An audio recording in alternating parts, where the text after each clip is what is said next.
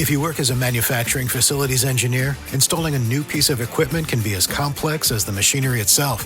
From prep work to alignment and testing, it's your team's job to put it all together. That's why it's good to have Grainger on your side. With industrial-grade products and next-day delivery, Grainger helps ensure you have everything you need close at hand through every step of the installation. Call 1-800-GRAINGER, click Grainger.com, or just stop by. Grainger, for the ones who get it done. Come with us if you dare into a twilight world of unspeakable horror. You must die. Everybody must die. Sample, if you dare, the deadly passion of the vampire lovers. The vampire lovers. Perverted creatures of the night find their victims everywhere. The sleeping beauties whose troubled dreams turn into real, terrifying nightmares. It was a cat! A huge cat! For God's sake, save her! No rest for the vampire lovers. No escape till their evil hearts are stilled for all eternity. If one remains, yes, even one, there will be thousands more. Beware. Beware the cold caress, the kiss that kills. Beware the vampire lovers. We're not talking about actors. We mean a real monster. I brought her back. She'll live and I'll get her another body. They're gonna kiss me, but don't let anyone see me like that. Please, doctor, help me. Biologically speaking, it's of primary importance that man should want to mate. Hey, that You don't get all your kicks from surfing, do you? We want to be free to ride our machines without being hassled by the man. And we want to get loaded. You think you're gonna make a slave of the world? I'll see you in hell first! The American International Podcast. Are you ready? Hello and welcome to the American International Podcast. I'm Cheryl Lightfoot. And I'm Jeff Markin. And our movie this week is The Vampire Lovers from 1970. The Vampire Lovers was directed by Roy Ward Baker from a screenplay by Tudor Gates based on the novella Carmilla by Sheridan Le Fanu. It was adapted for screen by Harry Fine, Tudor Gates, and Michael Stile, and produced by Michael Stile and Harry Fine for Fantale Films and Hammer Films. And of course, it was distributed by American International Pictures. The Vampire Lovers stars Ingrid Pitt as Marcilla and Carmilla and Mircalla Karnstein, Pippa Steele as Laura Spielsdorf, Madeline Smith as Emma Morton, Peter Cushing as General Spielsdorf, George Cole as Roger Morton, Don Addams as the Countess, Kate O'Mara as the governess, Mademoiselle Perrodot. It also stars Douglas Wilmer as Baron Joachim von Hartog, John Finch as Karl Epphardt, Ferdy Mayne as the Doctor, Kirsten Lindholm as the first sexy vampire, John Forbes-Robertson as the mysterious man in black, Sheila Wilcox as the housekeeper, Harvey Hall as Renton the butler, Janet Kay as Gretchen the maid, and Charles Farrell as the landlord. The Vampire Lovers opens with a production card stating an American International Hammer Films production. The one and only American International and Hammer Films co-production. And we start with a prologue. The prologue consists of a journal entry. This journal says, "This ends my account of the fearsome Karnsteins. Before God, may we be spared from these supernatural happenings again. Joachim von Hartog." And he places a memorial card in the journal before he closes the book, and it's for his sister, Isabella von Hartog. And he says in voiceover that he has written in full of how his sister has died. And he says, "This book is closed, I pray forever." The next scene is what preceded the closing of that book, I believe. We're in a castle looking over a graveyard at night. Von Hartog explains that at certain times, I love that he uses certain times, evil spirits take on a human shape and roam the countryside in their quest for blood. Joaquin is watching from a high window over the graveyard as a shrouded figure rises from one of the graves. As it departs, one of its shrouds falls off, though it remains on the ground as the figure inside leaves the cemetery. In voiceover, he explains that there can be no night of rest for any vampire without its shroud to cloak its festering body. Joachim seizes the opportunity to keep that from happening by running down the castle stairs and out into the graveyard and picking up the shroud and taking it back inside. Meanwhile, the shrouded figure is headed towards the village. At the village inn, a young man heads outside to urinate on the side of the building. With the door open, he's right in front of the door. Leaving the door open. And from inside, everyone hears his scream. The door is now closed, somehow.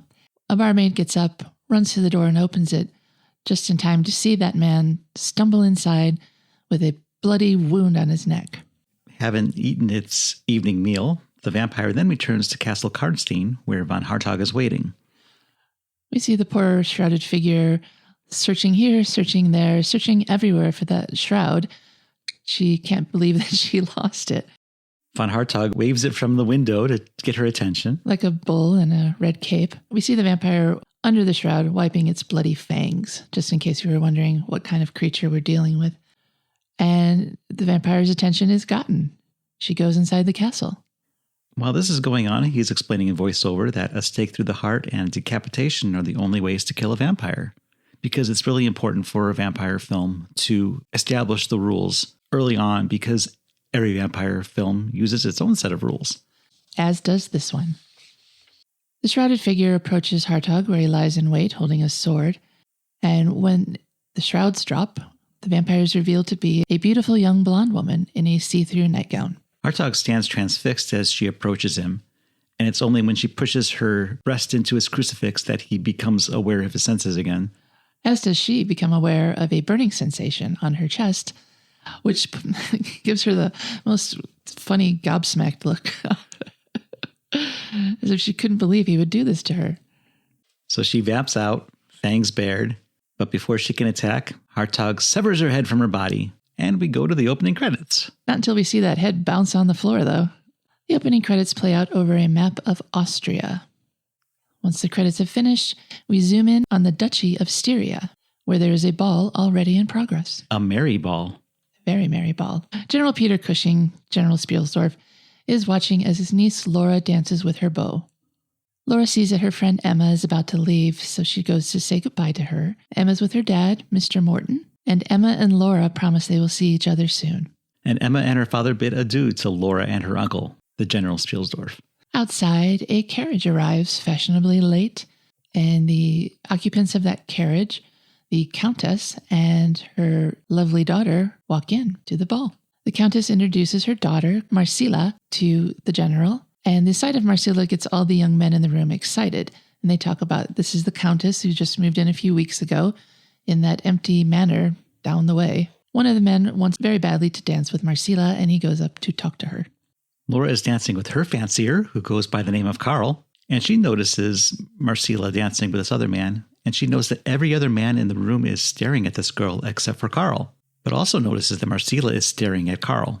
Carl gives Marcilla a glance and says, "No, Laura, she's staring at you." And this is when the man in black arrives. Yes, he's very distinguished. He's quite tall, dressed all in black with a black cape, and for some reason he has a extremely green face. He speaks with the Duchess. Seems to cast some sort of spell over her when he does. She then goes to the general to dismiss herself. She has a friend who's dying, and she has to go now. She sort of passively hints that Marcilla could stay there, and the general does pick up on that, and invites the Countess's daughter to stay and be a friend to his niece, Laura. Yes, in these small villages in the olden times, I guess it was very difficult for young women to make friends, so they were thrust upon them at every opportunity. But it always works out. If you read any Jane Austen, you know that. So the general accompanies the Countess to her coach and kisses her hand and sends her on her way. And then he goes to talk to Laura, just to make sure that Laura approves of these arrangements that have already been made. And she does. So he's going to introduce them, but Marcilla seems to have disappeared. She's outside, and so is the green-faced man in black. And they just look at each other. And he smiles. In a very creepy way. A very large smile. The next day finds Laura and Marcilla strolling in the garden. Marcilla says she often goes out walking for hours at night. It's no big deal, and don't be alarmed if you can't find me. Hint, hint. And then she gives Laura the floral crown that she was weaving, places it right on her head. And Marcilla turns up the charm and tells Laura how beautiful she is. That evening, Laura dreams of a large cat. She then wakes up screaming. The general and a housekeeper rush in. Laura explains that the cat was trying to smother her, The general and the housekeeper manage to calm her down, and they leave the room. The general and the housekeeper knock on Marcilla's door to see if she's all right. There's no answer, so they just figure she's asleep and move on. Marcilla, however, is out in the garden, gazing up longingly at Laura's room, and wearing only a nightgown. Most of this movie is her in a nightgown. And Laura, still awake, seems to feel this gaze coming from outside. So sometime later, the doctor visits. Apparently, Laura has been having some issues. She's in a somewhat weakened state. The doctor poo-poos the suggestion that there's anything wrong with Laura, saying that anemia is all the rage with young girls these days. Just make her eat some red meat and greens to get some blood in her. That should solve everything. And that also explains the nightmares, because she's not eating. She's having terrible dreams at night because of that. Marcilla and Laura are hanging out in Laura's room, and Laura says that Marcilla has been so kind and she shall die if Marcilla was ever to leave. And Marcilla says that she would never leave her and kisses her. She kisses her very tenderly on the cheeks, on the mouth, and on the breast. So she's moving in pretty fast. And then Carl comes a-calling. However, Laura has left word that she doesn't want to see Carl. She only sees Marcilla these days, according to the general. Carl says that Laura seems very devoted to Marcilla. And the general replies, "Nevertheless, I shall be happy when the Countess returns for her." Now it's night, and Laura's having another nightmare. Catty nightmare. Another cat-based nightmare. And she screams again. And the general comes to her side, but watches helplessly as she just writhes in the bed. Carl is there also, and he is sent to fetch the doctor. Laura, however, can only call out for Marcilla. The housekeeper goes for Marcilla, but finds she's not in her room. So the housekeeper goes back to tell the general of this, and just then Marcilla shows up. She seems to just materialize in the room out of nowhere. She claims, however, that she was in the chapel praying for Laura. She steps into the room and says, "It's all right to open the curtains now. She is dead." Very matter-of-factly, just pronounces her dead without even touching her. And, in fact, she is dead, as confirmed by the doctor a few minutes later. He checks for a heartbeat, finds none. Then he finds 2 bite marks on Laura's breast, and in order to do that, he has to pull her top all the way down so that everyone can see her full boob. But nonetheless, she has been bitten by something. The general sees the wounds and wants to ask Marcilla about them, but she is gone. He yells on her name, but there is no response. He yells on her name over and over again. However, she's already left for good. She's headed towards a tomb at the old castle that's labeled Mircalla Karnstein. And we see her walking in the graveyard towards that. As she's walking through the fog, she vanishes. So at the Morton abode, Emma is distraught at the news of the death of her friend. Carl is the one who brought the news, and he's talking to Emma's dad, Mr. Morton. According to Carl, the general has gone to visit an old friend named Baron Hartog. And a distraught Emma is now being comforted by her governess, Mademoiselle Perrodot. So having delivered his message, Carl rides back home. Now we have a bonus vampire scene. A woman is carrying a basket through the woods, a la Little Red Riding Hood. She senses she's being pursued, so she runs. But she only gets so far before she trips and rolls down the hill. Her pursuer flips over her body, and when the woman sees it, she screams, just in time for a nightgown-clad vampire to bite her on the neck. All this is done under the watchful eye, I suppose, of the man in black, although we only see him in silhouette. So now Roger Morton and Emma are going out riding. They straddle their horses and take off, I guess. Straddle. I can't think. What do you make it sound so dirty. What do you call it when you get on a horse? Their horses. Mount, okay. It's still dirty. It's still dirty. It sounds worse. So now Roger Morton and Emma are mounting their horses to go for a ride. While they're out, they come across a coach accident. Well, we see the accident happen. The carriage is speeding down the lane. One of the wheels hits a huge rock. As it happens, 2 of the coachmen get thrown from the carriage, and the wagon itself gets stuck. Mr. Morton goes up to the carriage, asks if anyone's been hurt, although he's talking to the occupants of the carriage, not the 2 coachmen who clearly were just thrown for an injury. No one cares about them. Yeah, they're pulling themselves off the ground and rubbing their heads. They're replaceable. But the occupants of the coach seem to be fine. The passengers are the Countess and Marcilla. The Countess says that they must continue their journey. She says her brother has fallen ill and they're on their way to be with him. The Countess talks about her daughter, who's inside the carriage, looking kind of peaked. Emma's looking in on her and subtly manipulates Morton into agreeing to host her while she goes off on her mission of mercy. Emma says to the woman inside, who we see is Marcilla, but she doesn't know her, that you get to stay with me. And Marcilla smiles knowingly. So then we cut back to the Morton home, and Mademoiselle Perrodot is giving Emma her German lesson, and Emma's not handling it well. What does she say? I believe she says German's hard. It's not hard for Marcilla, who's actually now known as Carmilla. This gets very confusing for us and the audience, I believe, as well. Carmilla is a native speaker of German and helps her out by teaching her how to say the eyebrow in German. Now we're back up in Emma's room. Carmilla is taking a bath. She is topless during this. She's bottomless too. She's taking a bath. Well, we see that she's taking a bath fully nude. Emma is looking at dresses when Carmilla asks her for a towel. Emma obliges, giving Carmilla her towel, which she wraps around her waist, leaving her breasts exposed. Emma is trying on a dress, which she is putting on over her bodice, but Carmilla suggests that she take the bodice off because the dress won't fit right with the bodice underneath it. It's all a ploy to get Emma to take her top off as well. So she's naked. Carmilla's just wearing a towel. They start to have a little tussle and start running around, jumping on the bed. Next thing you know, they're lying on the bed, Carmilla on top of Emma. It's all very innocent, but also sexy. Now it's dinner time. Emma and Carmilla go down the stairs together, and as predicted... Fully dressed. Yeah, they're fully dressed. Mr. Morton notices that Emma is wearing a new gown, and perhaps he notices that there's no bodice underneath, but he's too polite to say so.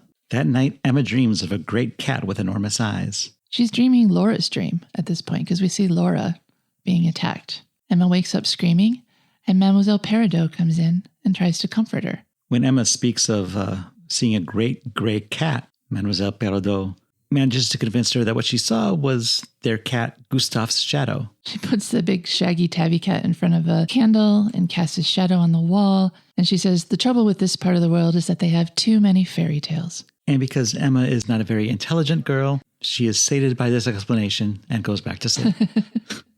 She's just darling, though. The next morning, Mr. Morton says that Emma's been having a lot of nightmares lately, but he blames it on her distress at Laura's death.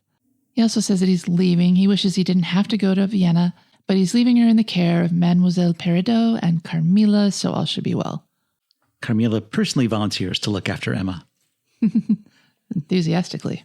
On his way out of town, Morton passes Carl on the road and asks him to stop by the house to pay a visit to Emma and check in on her. And he also says that she has a friend staying with her, so he'll have two pretty girls to visit. Carl sort of furrows his brow at this, makes him think. We don't know what yet. Now we're at the Mortons, where Mademoiselle Perrodot is trying to talk Emma out of her fears, because Emma thinks she's going mad.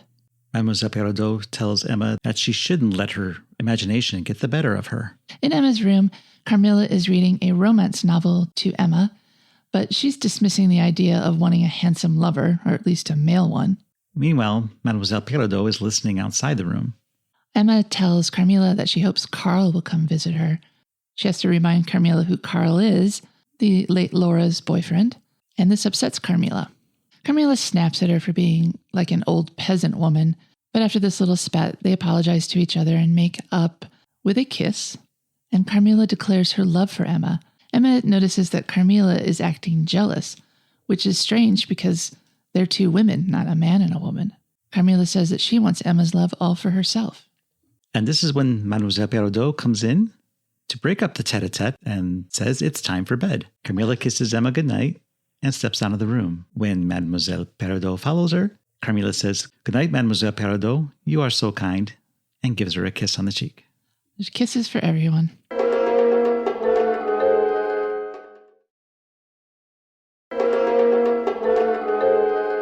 Now we have another scene of a woman alone. This is the woodsman's daughter.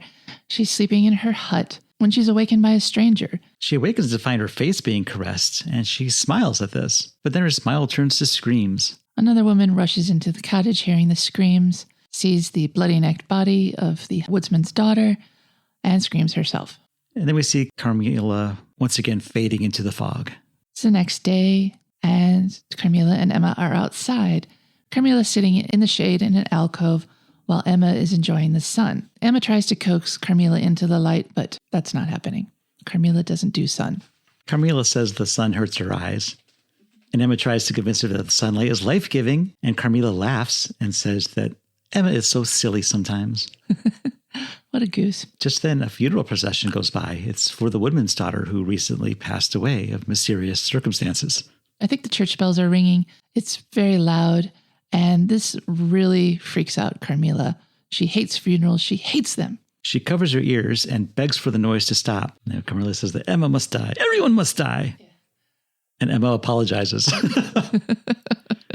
Emma tells her about the newly dead young village woman, and this also upsets Carmilla, who seems to be on the verge of tears almost. And tender-hearted Emma apologizes again, and they hug. That evening, Carmilla is reading a sappy romance novel to Emma, and Carmilla asks Emma about the dreams she's been having. Emma says she hasn't told anyone about her dreams. Not everything anyway, but Carmilla convinces Emma to tell her. Emma says she's dreaming of a cat that comes to her bed at night and lies atop her. She feels its fur in her mouth. And then the cat turns into Carmilla, which is great for her. She loves that, until she feels the pain of nails digging into her and her blood running out of her. And that's what wakes her up and makes her scream. But Carmilla reassures Emma, saying that Emma will always be safe with her. Then Carmilla turns up the seduction again, kissing her, pulling her top open, kissing her breasts. I don't have any of that. Why? I thought you would get this more than I would. Later, Mademoiselle Perrodot is in her room when she hears a scream. She rushes in to see Emma, and Emma says that big cat was back and it bit her. And she's got the bite marks to prove it. But Carmilla is also there, and she downplays the bite. She says it's just the sharp ends of her brooch that she gave Emma, and she gives one to Mademoiselle Perrodot, which seems to have the effect of casting a spell on her. Carmilla says Emma will be quiet now, and she and Mademoiselle Perrodot step outside. Mademoiselle Perrodot seems to be following Carmilla, who's enticing her as Carmilla goes to her room. Carmilla tells Mademoiselle Perrodot to turn on the lamp, which she does, and then Carmilla disrobes. And you can fill in the blanks as to what happens next. The next morning, Madame Perrodot is eating breakfast, now wearing a high-necked gown. I don't know if anyone else noticed that. And there's a visitor at the door. It's Carl. Yep, Carl's come a-callin'. As requested.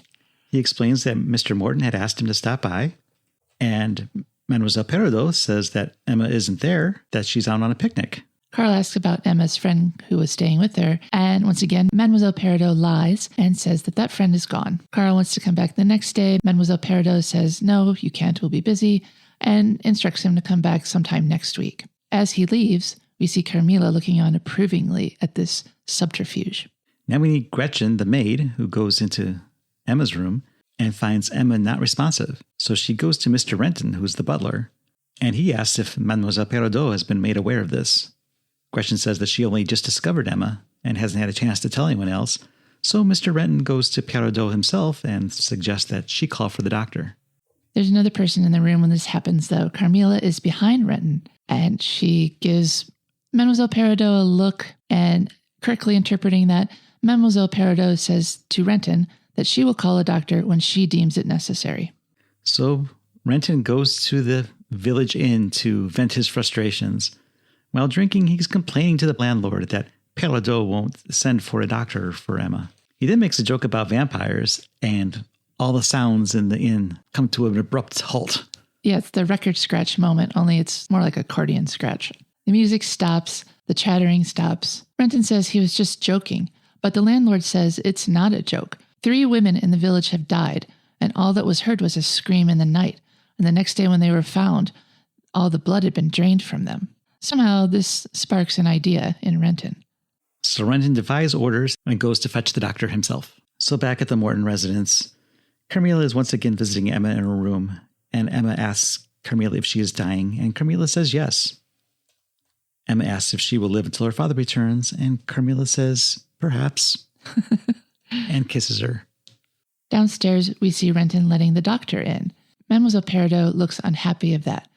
She accuses Renton of doing this against her orders, and he agrees. Yeah, he sure did.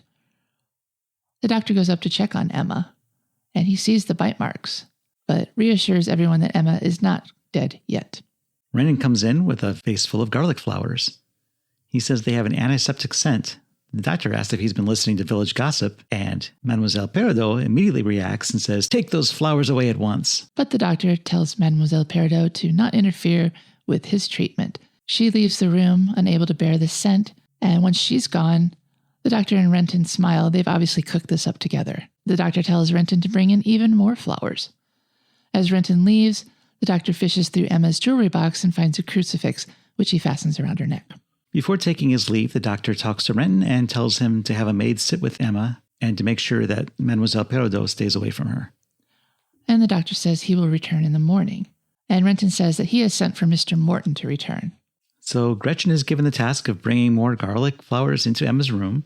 As she's doing this, Mademoiselle Perrodot stops her and asks her who told her to do that. And Gretchen replies, "Mr. Renton." But Mademoiselle Perrodot pulls rank here. She's in charge, and she orders Gretchen to take the flowers away. But then in the hallway, where Gretchen, Renton, and Mademoiselle Perrodot are having a standoff, Renton says that the doctor has ordered the flowers to stay in the room, and so they're not going anywhere. Renton tells Gretchen to put the flowers back. Gretchen doesn't know what to do because her boss and her boss's boss are giving conflicting orders. Then Renton suggests perhaps Perrodot should take them away herself, but Perrodot cowers and backs into her room. Now we see Carmilla entering Emma's room, but Carmilla is repulsed by the flowers, and she sees a crucifix, and that upsets her as well, and she backs out of the room. So the doctor is heading back home on his trusty horse Jupiter. Nay. But Jupiter is spooked by something. The horse throws the doctor to the ground. As he gets up, he calls for Jupiter, but Jupiter's off. He's not coming back. The wind starts blowing and leaves are rustling. It's an ill wind, and it blows Carmilla towards him. Carmilla approaches, fangs bared, and she pounces upon the doctor. He tries to draw a cross in the dirt, but it has no effect. He's wearing a high-necked cravat, and it takes a little while for her to get to his neck. So they wrestle a bit, but eventually she gets to bite him. And as this is happening, the man in black looks on. He observes all. Finally, Mr. Morton has returned home. Renton lets him in, and they go to check on Emma. Renton quickly explains what has been going on and says that if he doesn't believe them, he can ask the landlord. But the remedies are working, so can't argue with that. So the landlord has been fetched, and down in the parlor, he's telling Morton the story of Baron Hartog. It's exactly what we saw in the open to the movie. Roger is dismissive of the story, and the landlord says, "If you don't believe me, ask General Spielsdorf." And then Morton recalls that the general had gone to visit Baron von Hartog, so the pieces are kind of coming together for him. There's one more thing that we didn't mention. When the landlord was recounting the tale, there was a little bit added to it. After Hartog lopped off the head of the one vampire, he then dug up the graves and staked all the other vampires as they lay there. And Morton wonders why we're still plagued by vampires if Hartog got them all. He's also wondering what happened to the doctor. He was supposed to be there by now, and he goes to find him. Carmilla has approached Gretchen and says that Mademoiselle Perrodot has not been feeling well and she is not to be disturbed.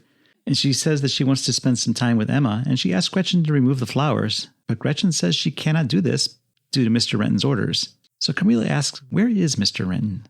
And Gretchen does not know. As Morton is riding out, Morton runs into a carriage headed the opposite direction. Inside the carriage is General Spielsdorf, and Carl is riding behind them. Morton says he's going to find the doctor, and Carl says we've already found him, and instructs Morton to look behind the carriage where the bloodied body of the doctor is lying. I guess they were taking his body into town. We also see Baron Hartog is inside the carriage. We recognize him from the opening, although he looks much older now. Renton is keeping close tabs on Mademoiselle Perrodot. By looking through her keyhole. As she's lying in bed moaning. He does check on Emma, though, and she's fine for now. Now we're inside the carriage with the general and Hartog as they catch up Morton on the legend of the vampires. They say it's true that there's a family of vampires and that they must all be destroyed immediately, and they're going to the Karnstein castle to do so. And we see the castle. Night is falling. A whispering voice calls out, Mircalla. Carmilla hears the calling as she is standing in the balcony under a purple sky. At Castle Karnstein, Hartog is describing how he killed the vampire that we saw in the movie's open. His limbs were paralyzed, and only the cross he wore saved him. It gave him the power to slay her. He's telling the story to the general, who has probably heard this before, and Morton, who hasn't. He does mention that the vampire was a beautiful woman, though, so that should trigger something in Morton and the general. So now Renton is pouring some tea for Carmilla, and she says she would like to sit with Miss Emma for a while. and can Renton remove the flowers, as they have a wretched smell. Renton won't remove them, and he also won't tell Carmilla why. But it's clear to us now that he thinks that Mademoiselle Perrodot is the vampire and doesn't suspect Carmilla at all. He says there are some things she's too young to understand and warns her to stay away from Mademoiselle Perrodot. Carmilla embraces him in mock terror, and then they start making out. She nibbled his ear, putting him under her power. Back at Castle Karnstein, Baron Hartog is continuing his story. And he's giving a tour of the portrait gallery. He tells of how he hunted the Karnsteins one by one, except for one. He was too tired and he couldn't find the tomb. This is obviously the tomb of Mircalla. He says it belonged to Mircalla, and hey, here's a portrait of her. The portrait is of a woman who bears a vague resemblance to Ingrid Pitt, but that's all Morton needs to know. This is Carmilla, and she's with his daughter. That girl is staying in my house. Carl also recognizes her from the ball. Morton is ready to leave because he needs to check on his daughter, but the general tells him that Carl can make it at half the time. He knows the forest so well. So Carl is sent on his way, and the man in black laughs. Now Renton's in a daze, and he goes upstairs and tells poor confused Gretchen to remove the flowers and the cross from around Emma's neck. So now Baron Hartog and Morton and General Spielsdorf are looking around the grounds for Mircalla's tomb. Now Renton has done everything that Carmilla asks, and Carmilla rewards him with a kiss. They wrestle around on the bed for a while. Renton is absolutely giddy and laughing, but changes his tune really quickly as she bites him on the throat. Carl is racing towards the castle as this happens. Morton has found the tomb. Yay, finally. But there's no shroud lying around. Hartog tells Morton to fetch the box. Carmilla, at last, is alone with Emma, without any of her wards. She gets Emma up out of the bed. She's taking her somewhere with her. Emma says she's too weak, but Carmilla says that she will give her strength, and that she's taking Emma with her. But to where? We don't know yet. Back on the castle grounds, Baron Hartog explains that they have to find the shroud before Mircalla returns, and that she cannot return until she has gorged herself upon the blood of a fresh victim. That's bad news for Mr. Morton. He says that vampires are smart enough to know when the forces of good are aligned against them. This must be why Carmilla's doing a bunk over at the Morton house. She's hustling Emma down the stairs when Mademoiselle Perrodot stumbles out of her room. She's calling for Carmilla, but she looks dreadful, just pale and disheveled. She wants Carmilla to take her with as well. Carmilla looks back at her, then turns and helps Emma down the rest of the stairs. And then she heads back up to where Mademoiselle Perrodot is waiting and takes her in her arms and bares her fangs. At the sight of this, Mademoiselle Perrodot screams. And Carmilla bites her to death. Emma sees this, screams, and faints a little, falling back against the wall. Just then Carl rides up. He bursts inside with his sword drawn. Carmilla looks up and wipes the blood from her mouth. He calls out, Mircalla! She stalks down the stairs towards him. His sword is drawn, but she just bats it away. And she tries to bite him on the neck. Carmilla has a hold of Carl and looks over at Emma with concern. Emma's bleeding out a prayer as this happens. She turns back to Carl and finds that he has pulled out his dagger and he's holding it like a crucifix, where you can only see the top cross-handled part of it. Carmilla backs away and Carl throws the dagger at her as she vanishes. Carl scoops up Emma. Carmilla reappears in the graveyard. Hartog and the general see her, but have they found her shroud yet? Inside the castle, Morton is staring at Carmilla's portrait, and only now can he see the evil in her eyes. He turns around and sees Carmilla's pendant lying on the ground, picks it up and calls for the general. Now they have found the coffin, and we see it's dated 1522 to 1545. So Carmilla was 23 or so when she died, unlike actress Ingrid Pitt, significantly older. Hartog tells them to take the coffin to the chapel. Carl has placed Emma back into bed, and he's going to be staying there for a while, so he's taking off his coat and making himself comfortable. The coffin is opened, and inside, Carmilla lies asleep. Carmilla/Marcilla/Mircalla sleeps within. General Spielsdorf sees Morton praying for his daughter, and since he knows his Laura is dead, he takes the stake and says that he will do it. From her house, Emma screams, "Dear God, no!" The general stakes Mircalla, but through the diaphragm, not through her breastbone. Mircalla screams, but dies peacefully. And then Emma screams. The general knows that the work is not quite done yet. He grabs hold of Mircalla's hair and lops off her head. Morton prays that Styria is now rid of these devils forever. And Carl is comforting Emma, saying, "It's over, it's over." And our man in black is back. He watches as the three men return Mircalla's coffin to its tomb. And we see the portrait of Mircalla, Dorian graying itself. It ages her till she's a decrepit old vampire. And we fade out to the credits. The end.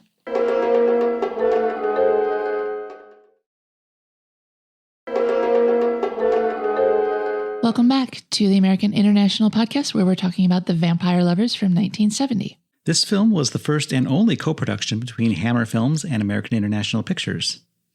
Hammer Films was interested in a vampire movie with explicit sexual content to take advantage of a more relaxed censorship environment, so they approached AIP about helping to fund this project. Harry Fine and Michael Steele were the two producers of the film. They formed a company called Fantale, along with writer Tudor Gates. Harry Fine's wife knew Nat Cohen, who introduced them to the chairman of Hammer, James Carreras. Fine suggested that they film Carmilla. Tudor Gates has said that Carreras was enthusiastic, and he sold it instantly to American International Pictures based on the poster. Gates was tasked with literally fleshing out the subtext of lesbian love in Le Fanu's novella, saying the lesbianism was strongly implied, I think. I brought that out, but otherwise kept the structure of the book. Gates was advised 2 months in advance of screening that the project was a go, and he wasn't familiar with Hammer's body of work. To remedy that, he took a crash course in their films, which afterward he declared were out of touch with their time. The success of The Oblong Box was enough to get AIP and Hammer in the same room discussing Gothic horror. They were counting on the Vampire Lovers to merge horror with the burgeoning market for adult-oriented film.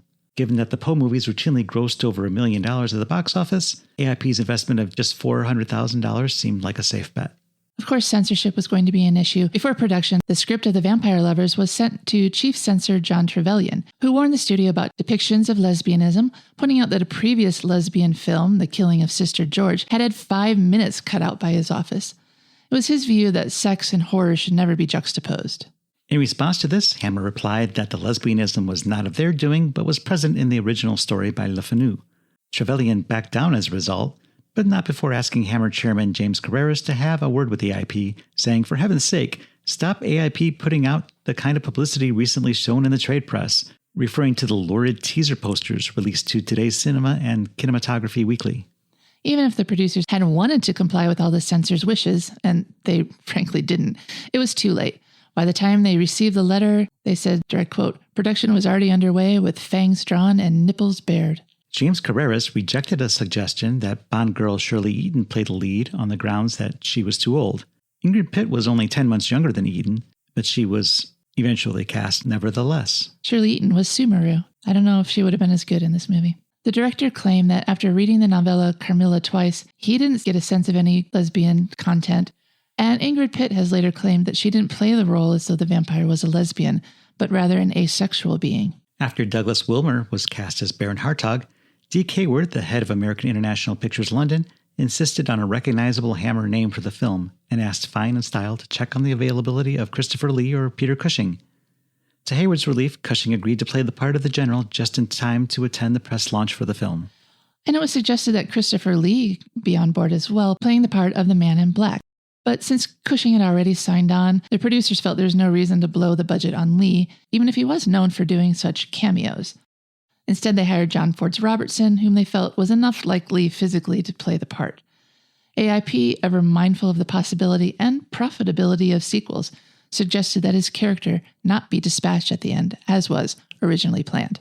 Production of The Vampire Lovers began at Elstree Studios on January 19, 1970, and used locations in the grounds of Moor Park Mansion, Hertfordshire, standing in for Styria, Austria.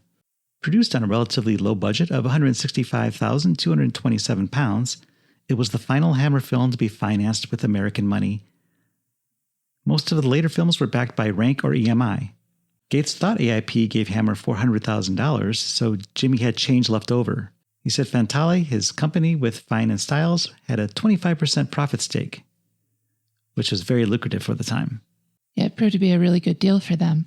One funny anecdote from the filming of the movie, the part where Carmilla attacks Mademoiselle Perrodot at the end, there was a slight problem with Ingrid Pitt's fangs. They kept falling out of her mouth and dropping into Kate O'Mara's cleavage, and that just made the two actresses laugh uncontrollably. And according to legend, Pitt grabbed some chewing gum from the mouth of one of the crew members, and used it to secure her fangs in place so they could complete the scene. According to Baker's assistant director, Derek Whitehurst, there was a clash of wills between Harry Fine and AIP that caused stress on the whole production. There were all sorts of memos passing backwards and forwards saying, "We do it this way at American International, and Hammer does it this way," he said. And from the outset, Baker was determined not to make an exploitation movie, saying, "I was doing it too carefully, with too much style and taste, when producers needed their pound of flesh." But Gates says nudity was always part of the deal. AIP and Hammer wanted it. It was a core element to the story, and it was something that was marketable.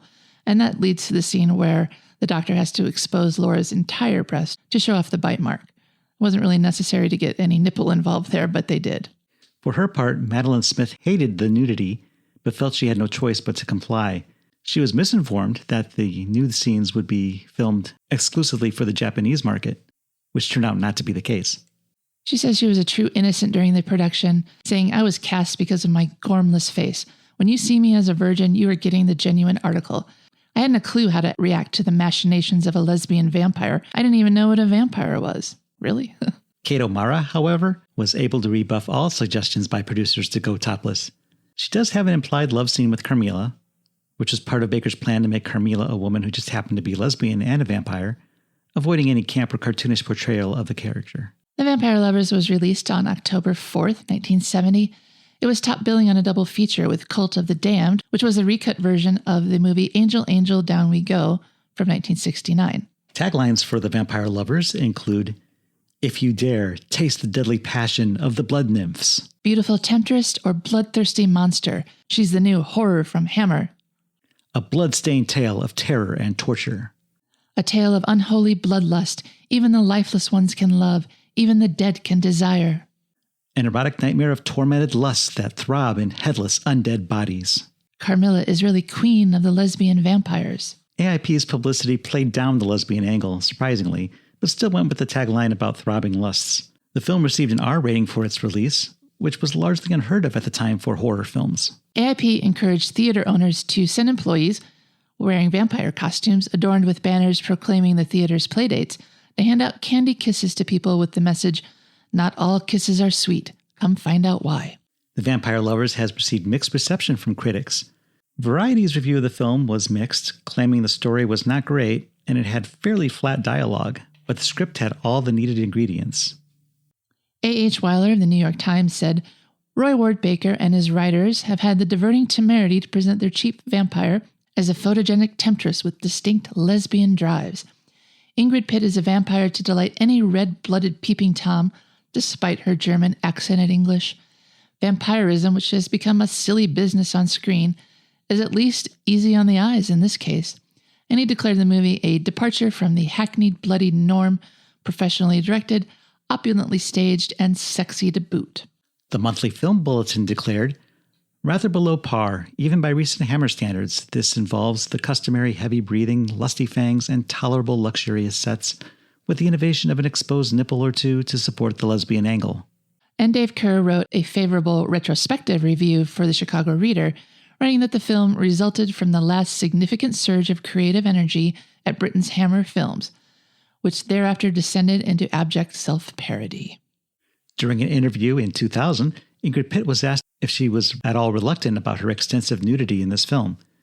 She replied, "I don't know about reluctant. I didn't think there was anything gross or indecent about what we were doing. I think Maddie Smith was probably a little more apprehensive than I was, but I must salute director Roy Ward Baker. He gave us a closed set and treated it all as the most natural thing in the world. I do get people who seem embarrassed when they buy nude photographs of me. They're very apologetic. I'm not sure why. It doesn't bother me. In fact, I'm quite proud of the young bod. Something to show the grandchildren and remind them that grandma wasn't always an old bag." How much the R rating hampered the Vampire Lovers' box office performance can be inferred by AIP's reluctance to repeat the experiment. They had no part in the sequel to the movie, Lust for a Vampire.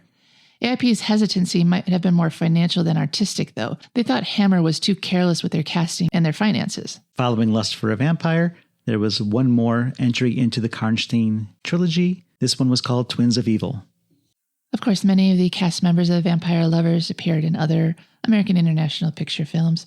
Madeline Smith, who played Emma, would also appear that year in The Devil's Widow.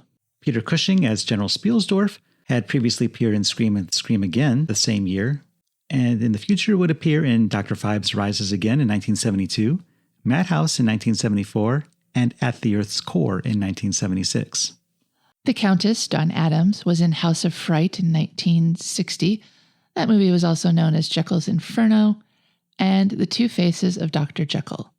Harvey Hall, who played Mr. Renton, had made an uncredited appearance in The Mask of the Red Death in 1964.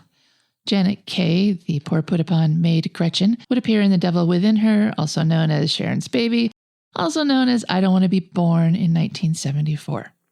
And Charles Farrell, the landlord, would go on to appear as the ill-fated chauffeur that stops to help Volnavia in The Abominable Dr. Phibes in 1972. Well, we've heard everyone else's reviews. Now it's time to give our thoughts on the movie. Jeff, what did you think of The Vampire Lovers? And please tell me using our grading scale of AIP, where A is awesome, I is intermediate, and P is pathetic. Well, I think The Vampire Lovers is a very interesting film. I've seen it, I don't know how many times over the years. It's one that I became aware of as a fairly young child because I would have books about vampire movies, and this is one that always looked intriguing for some reason. I didn't have access to it until I was around 14, but I was really taken with photos of Madeline Smith and her big, what I thought at the time were brown eyes, was black and white photos. But I believe they're hazel because they look different color in every shot. And as I said, I was around 14, I think, when I saw this the first time. I rented it from a local video store and watched it on VHS. And I don't know that I really liked it at the time. A lot of the Hammer films had to grow on me. I don't know if I was put off by the accents or by the period dress, but at that time in my life, it just wasn't the kind of thing I was into. But there were aspects of the film that I was, but I'm not going to go into detail on that right now. But whatever could it be? But I will go into that subject as a viewer today. This film was notable at its time for the use of nudity, and a lot of that nudity is gratuitous. It was also known for its use of lesbianism, and as it's portrayed, that doesn't feel overtly exploitational to me. It was probably a bit much for the conservative-minded AIP in 1970, and that's probably why there were no more Hammer AIP collaborations following this film. American International was never really an innovative company, aside from maybe their initial idea to target teenagers as their initial audience.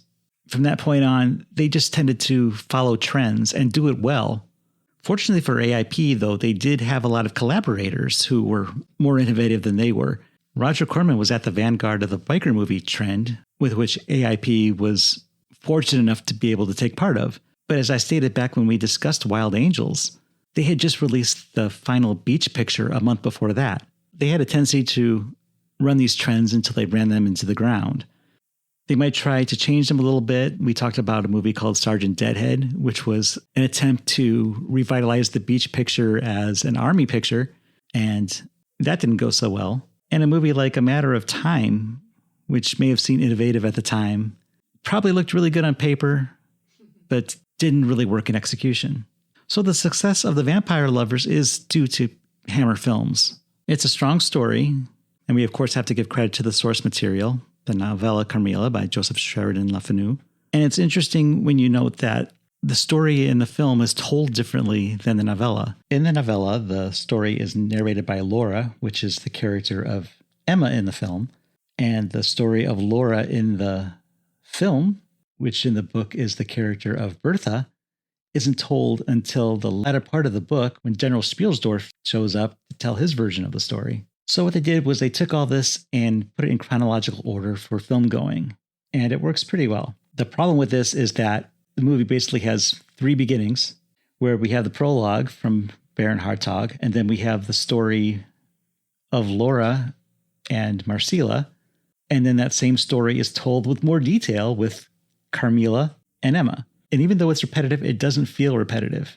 And even when Baron Hartog is retelling the tale of what we saw on the prologue, it's shown from different camera angles and different perspectives. So that even feels fresh and new, even though we know exactly what's going to happen. So in that regard, I'd say the film is really well done.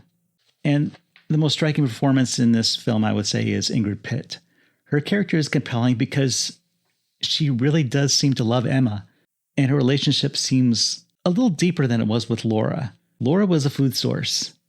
And while Emma, too, was a food source, there seems to be a little something extra there. And we see this when she's going to take her with her wherever she's going, because she could just flee and escape, but she wants to bring Emma with her. And every bit of Ingrid Pitt's performance in the final act is just amazing.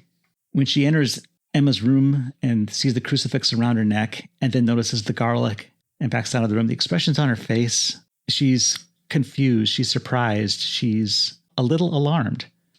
And then when she's bringing Emma down the stairs and Mademoiselle Perrodot begs Carmilla to take her with her, the expression on her face when she looks back up, there's disgust and there's pity, and you can read all of that there. And the moment when she's wiping the blood from her mouth when Carl rushes in, and she stands up and descends the stairs and kind of does a swish of her gown. And she has to do that because she's a vampire and doesn't have a cape to wave around. She has to do that so she doesn't trip going down the stairs. And the look of guilt that she gives back at Emma as Emma is praying out for protection and she's attacking Carl. That whole sequence is just so good. And I think all in all, this is a pretty well-told tale, and it works in spite of its narrative flaws.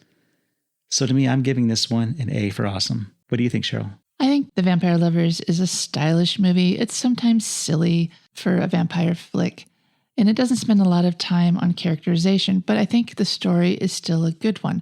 We have a lot of tension building up as Carmilla, Marcilla, whatever her name is, befriends these nubile young women, insinuates herself into their lives, and then proceeds to very slowly drain them of blood. There's a little more to it, though. Like you said, there's a love story here. She's not just feeding to live. She really does care about the women that she's, I won't even say attacking. She really does care about these women as more than just a food source. Of course, there are some minuses. Peter Cushing entirely disappears for the second act of the movie. And from the research that we did, it's obvious to see that he's just there to get butts in seats. I don't really understand the character of the man in black. He just sort of hovers around the edges of the movie. He seems to see what's going on, but from such a great distance that there's no way that even if he was looking in a window, he could tell what was happening inside the room. Just really don't understand that character at all. I thought it was really silly when Carmilla teleports away just as Carl is hurling a dagger at her. It was a weird choice. She could have just fled. Vampires don't turn into bats in this world. I had questions about the Countess, who also disappears after she gets Carmilla into Emma's house. She's gone and we never hear anything more about her. But I was wondering, if she was a vampire, is she just in thrall to Carmilla, Marcilla, whatever her name is? She's just a facilitator for Carmilla's dalliances, almost like a pimp. I could use some resolution with what her story is and how she's connected to the Karnstein family. However, I found a lot of pluses in this movie as well. For all its nudity, there's also some beautiful costumes. It's not a typical late 1700s color palette. At one point, Carmilla is wearing a vibrant lime green gown with black trim, but it's just so pretty.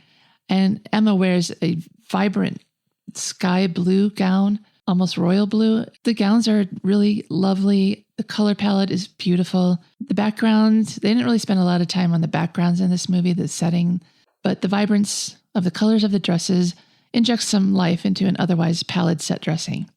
There's an understated love/lust between Carmilla, Marcilla, and her victims, and it goes beyond mere titillation, as we've already said. She really does seem to feel for these women. I love the chilling Gothic atmosphere in the movie. I'm kind of a sucker for that. All the fog in the graveyard and shrouded figures hovering around the castle, decrepit and laid to waste. All that is so cool. I think I really enjoyed the fact that this is a female-focused story, where the women are not just colorless prey to a more interesting male predatory vampire. In this movie, women are the predators, the prey, and the protectors, to a point. If you're thinking about Mademoiselle Perrodot, she did her best until she fell under Carmilla's thrall. Carmilla is played in such a quiet, longing way that it really is possible to generate some sympathy for her. Ingrid Pitt was very well cast as a mysterious, slightly older woman seducing much younger women.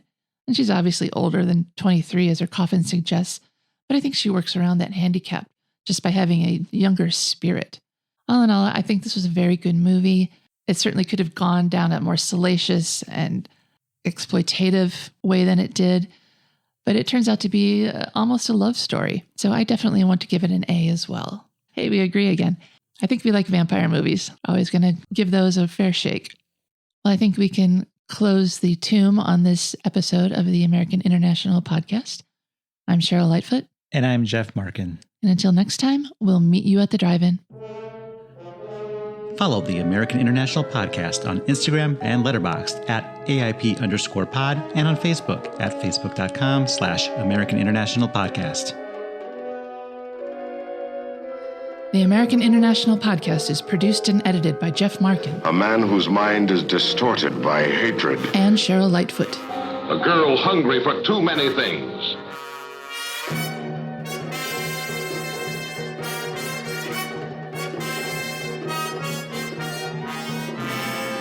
The American International Podcast is part of the Pop Culture Entertainment Network.